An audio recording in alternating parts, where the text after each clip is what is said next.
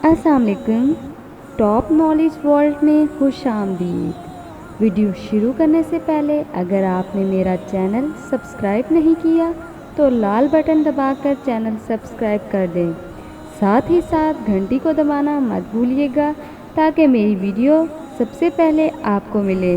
تو چلتے ہیں ویڈیو کی طرف۔ آج سلسلہ سیرت نبوی کی قسط نمبر 5 اور 6 کا آغاز کرنے جا رہی ہوں۔ اللہ پاک میری مدد فرمائے اور جو کوئی غلطی کوتاہی ہوئی ہو تو معاف فرمائے۔ حضرت ہاشم نے کسر و روم کے ساتھ تجارتی و سفارتی تعلقات قائم کر لیے تھے، چنانچہ اسی سلسلے میں شام کی طرف سفر کے دوران ان کی شادی بنو نجار کی ایک معزز خاتون سلمہ سے ہوئی، مگر بدقسمتی سے اسی سفر کے دوران حضرت ہاشم کا انتقال ہو گیا۔ ان کی وفات کے بعد ان کا بیٹا پیدا ہوا جس کا نام شیبہ رکھا گیا، مگر چونکہ شیبہ کو ان کے چچا مطلب بن عبد المناف نے پالا پوسا تو شیبہ کو عبد المطلب کا غلام کہا جانے لگا، اور پھر انہیں تاریخ نے ہمیشہ اسی نام سے یاد رکھا۔ حضرت عبد المطلب بےحد حسین و جمیل، وجیہہ اور شاندار شخصیت کے مالک تھے۔ اللہ نے انہیں بے حد عزت سے نوازا اور وہ قریش مکہ کے اہم ترین سردار بنے۔ ایک مدت تک ان کی اولاد میں ایک ہی بیٹا تھا جس کا نام حارث تھا۔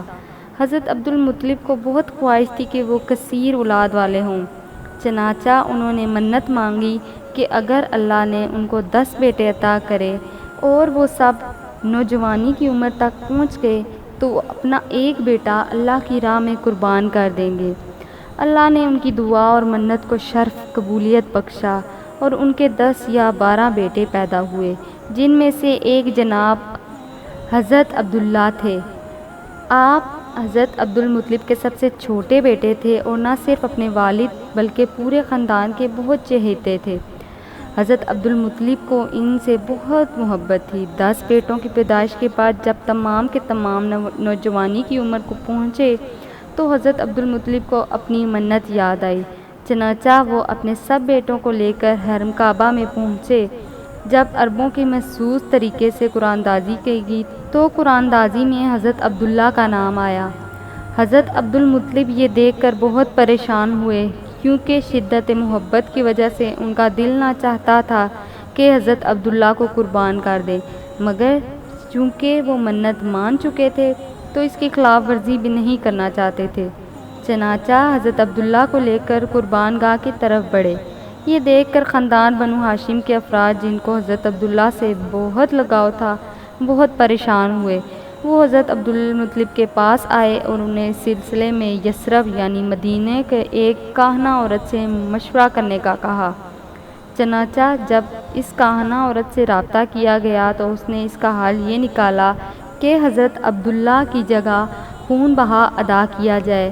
عربوں کی دیت یعنی خون بہا میں 10 اونٹ دیے جاتے ہیں، تو حضرت عبداللہ کے ساتھ 10 اونٹوں کی قرآن اندازی کی جائے اور یہ قرآن اندازی تب تک جاری رکھے جب تک قربانی کی قرآن اندازی میں اونٹوں کا نام نہیں نکلتا۔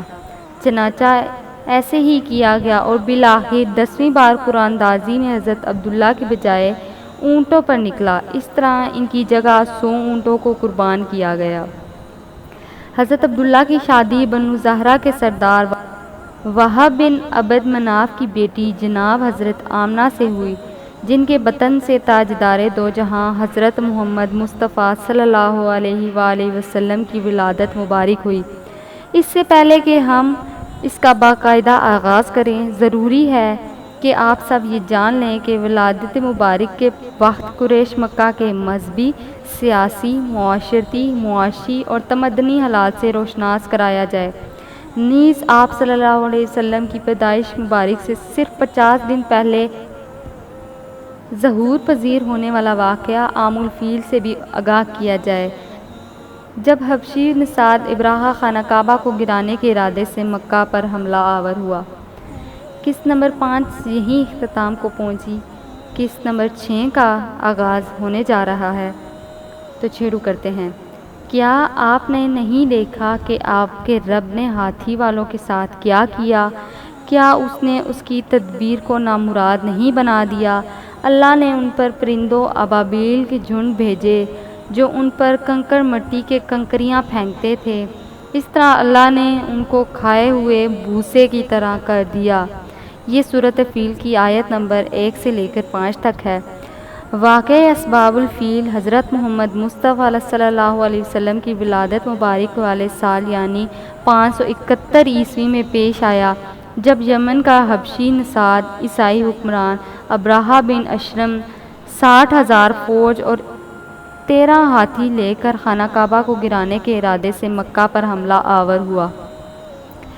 ابراہہ بن اشرم آغاز میں اس عیسائی فوج کا ایک سردار تھا جو شاہ حبشہ نے یمن کے حمیری نسل کے یہودی فرما روا یوسف ذو نواس کی عیسائیوں پر ظلم و ستم کا بدلہ لینے کو بھیجی، جس نے 525 عیسوی تک اس پورے علاقے پر حبشہ حکومت کی بنیاد رکھ دی۔ ابراہہ بن اشرم رفتہ رفتہ ترقی کی منازل طے کرتے ہوئے بالآخر یمن کا خود بھی مختار بادشاہ بن بیٹھا، لیکن کمال چالاکی سے اس نے برائے نام شاہ حبشہ کے بالادستی پر تسلیم کیے رکھی اور اپنے آپ کو نائب شاہ حبشہ کہلاتا رہا۔ ابراہہ ایک کٹر متعصب عیسائی تھا۔ اپنا اقتدار مضبوط کر لینے کے بعد اس نے عربوں میں عیسائیت پھیلانے کی سوچی، جبکہ اس کا دوسرا ارادہ عربوں کی تجارت پر قبضہ جمانا تھا۔ اس مقصد کے اس نے یمن کے دارالحکومت صنعا میں ایک عظیم الشان کلیسا یعنی گرجا تعمیر کرایا، جسے عرب مورخین الکلیس اور یونانی ایکلیسا کہتے ہیں۔ اس کلیسا کی تعمیر سے اس کے 2 مقاصد تھے، ایک تو عیسائیت کی تبلیغ کر کے عربوں کے حج کا رخ کعبہ سے اپنی کلیسا کی طرف موڑنا تھا، اور اگر وہ ایسا کرنے میں کامیاب ہو جاتا تو اس کا دوسرا نتیجہ یہ نکلتا کہ عربوں کی ساری تجارت جو ابھی تک خانہ کعبہ کی وجہ سے عربوں کے پاس تھی وہ یمن کے حبشی عیسائیوں کے ہاتھ آ جاتی۔ ابراہہ نے پہلے شاہ حبشہ کو اپنے اس ارادے کو اطلاع دی اور پھر یمن میں اعلیٰ اعلان منادی کرا دی، میں عربوں کا حج کعبہ سے کلیسا کی طرف موڑے بغیر نہ رہوں گا۔ اس کے اس اعلان پر غضبناک ہو کر ایک عرب یعنی حجازی نے کسی نہ کسی طرح ابراہہ کے گرجا میں گھس کر رفع حاجت کر ڈالی۔ اپنے کلیسا کی اس توہین پر ابراہہ نے قسم کھائی کہ میں اس وقت تک چین سے نہیں بیٹھوں گا جب تک خانہ کعبہ کو گرا نہ دوں۔ نعوذ باللہ۔ اس کے بعد سن 570 عیسوی کے آخر میں وہ 60,000 فوج اور 13 جسیم ہاتھی لے کر یمن سے مکہ پر حملہ آور ہونے کے ارادے سے نکلا۔ رستے میں 2 عرب سرداروں نے اس کا مقابلہ کرنے کی کوشش کی مگر شکست کھائی اور ابراہہ کسی طوفان کی طرح مکہ کی مضافتی مقام المغمس میں پہنچ گیا۔ یہاں ابراہہ کے لشکر نے پڑاؤ ڈالا، جبکہ چند دوستوں نے اس کے حکم پر مکہ کی قریب لوٹ مار کی اور اہل طعام اور قریش کے بہت سے مویشی بھی لوٹ لیے گئے، جن میں مکہ کے سردار آپ صلی اللہ علیہ وسلم کے دادا حضرت عبد المطلب بن ہاشم کے 200 اونٹ بھی تھے۔ اس کے بعد ابراہہ نے ایک الجی مکہ کے سردار حضرت عبد المطلب کے پاس بھیجا اور اس کے ذریعے اہل مکہ کو پیغام دیا کہ میں تم سے لڑنے نہیں آیا ہوں بلکہ اس گھر کعبہ کو گرانے آیا ہوں، اگر تم نہ لڑو تو میں تمہاری جان مال سے سب کچھ بخش دوں گا۔ حضرت عبد المطلب نے جواب دیا، ہم میں ابراہہ سے لڑنے کی طاقت نہیں ہے، کعبہ اللہ کا گھر ہے، وہ چاہے گا تو اپنے گھر کو بچا لے گا۔ الجی نے کہا، آپ میرے ساتھ ابراہہ کے پاس چلیں۔ وہ اس پر راضی ہو گئے۔ حضرت عبد المطلب بہت خوبصورت اور شاندار شخصیت کے مالک تھے۔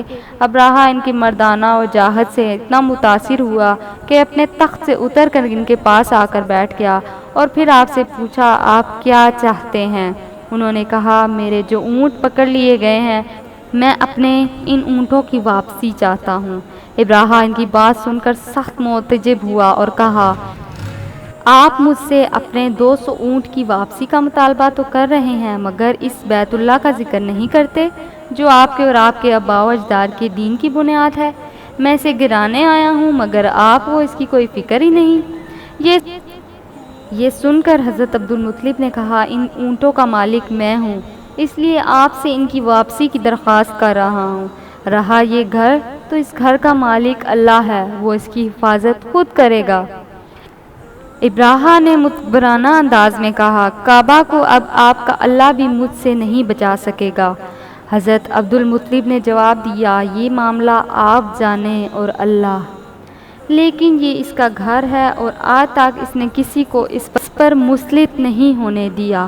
یہ کہہ کر وہ ابراہہ کے پاس سے اٹھ گئے اور ابراہہ سے واپس لیے گئے اونٹ لے کر مکہ آ گئے۔ آج کی قسط کا یہی اختتام ہوتا ہے۔ ملتے ہیں کل اپنی نیکسٹ قسط میں۔ تب تک کے لیے اپنا اور اپنے ارد گرد کے لوگوں کا خیال رکھیں۔